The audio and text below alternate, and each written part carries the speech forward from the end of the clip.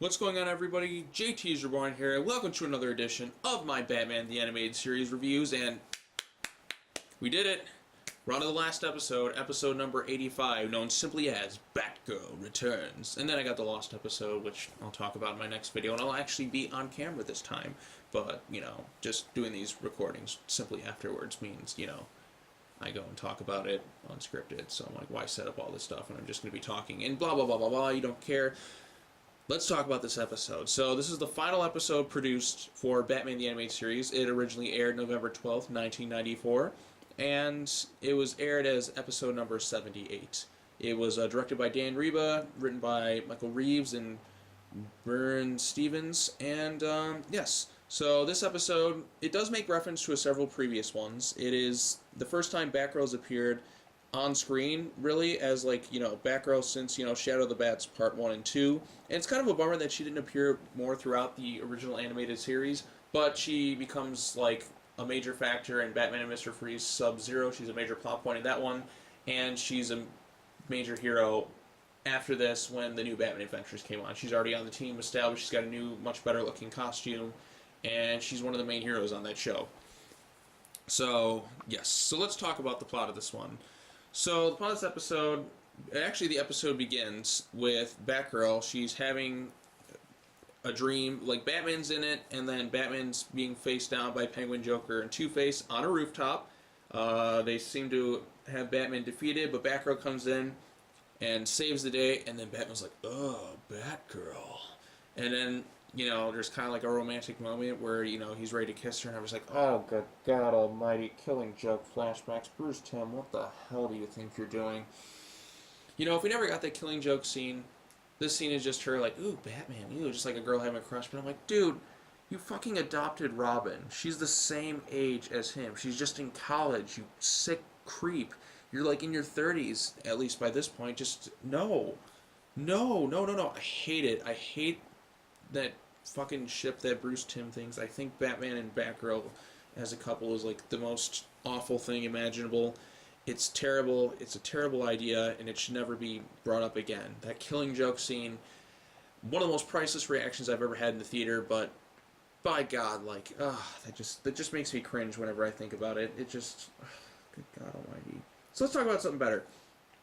So, as soon as she wakes up, she hears, as soon as Batman's about to kiss her in the dream, you can just hear Barbara, and you hear Dick Grayson. So this is the first time, and he's out her window, hey, let's go take a break, Miss Bookworm or whatever. Let's have fun. Let's get some pizza or something. Let's take a break. She's like, oh no, sorry, if my dad catches me or whatever, he'll throw me in jail, literally. So this is already establishing that they're already know each other, kind of have a bit of a friendship outside of this, because they really didn't in the other episodes. This is the first time, Robin and, Dick Grayson and Barbara Gordon. She's like, oh, so I guess they go to the same school. Dick Grayson was, good friends with her.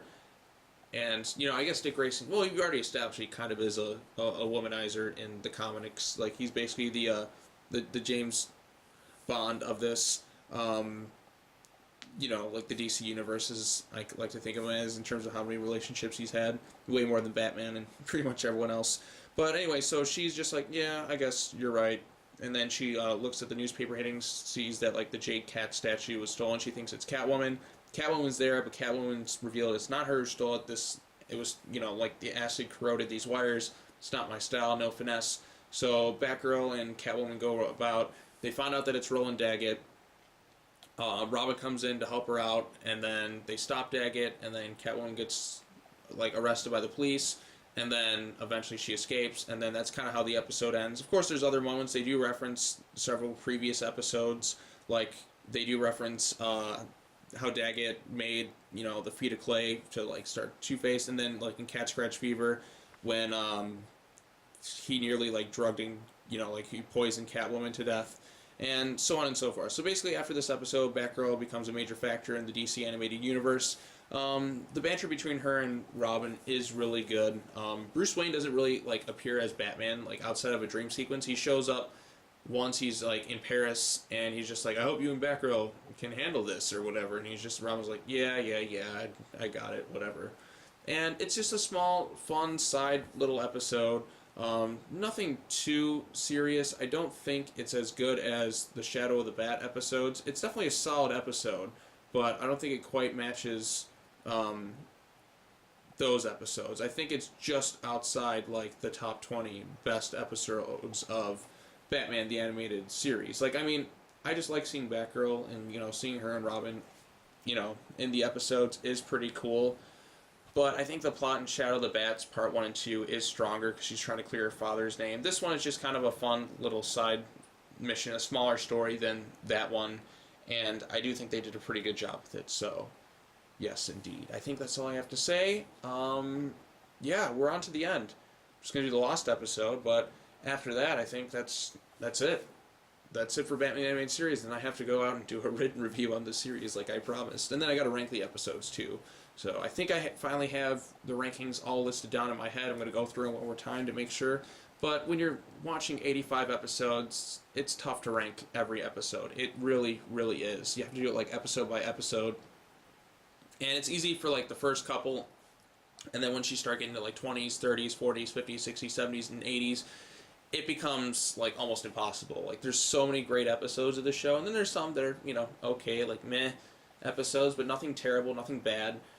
And then it just becomes tough to rank them all. So, yes, this is it. This is it in terms of the episodes. I'm going to talk about the Lost episode. I'll be on camera for that one.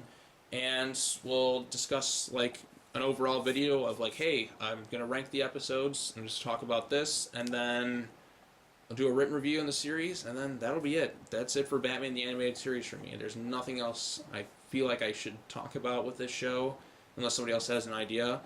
But yeah, that's all I have to say. Thank you all for watching. Be sure to comment, like, and subscribe. Let me know in the comments below what you thought of Batgirl Returns. Do you like it more than Shadow of the Bat Parts 1 and 2? Do you not like it as much? Let me know, and we can discuss things further. Hit the little subscribe bar. Hit the little bell for notifications. If you want to follow me on social media, twitter.com/SeanJTKing. Alright, gotta watch the Lost episode, and then I'm done. Peace out, everyone.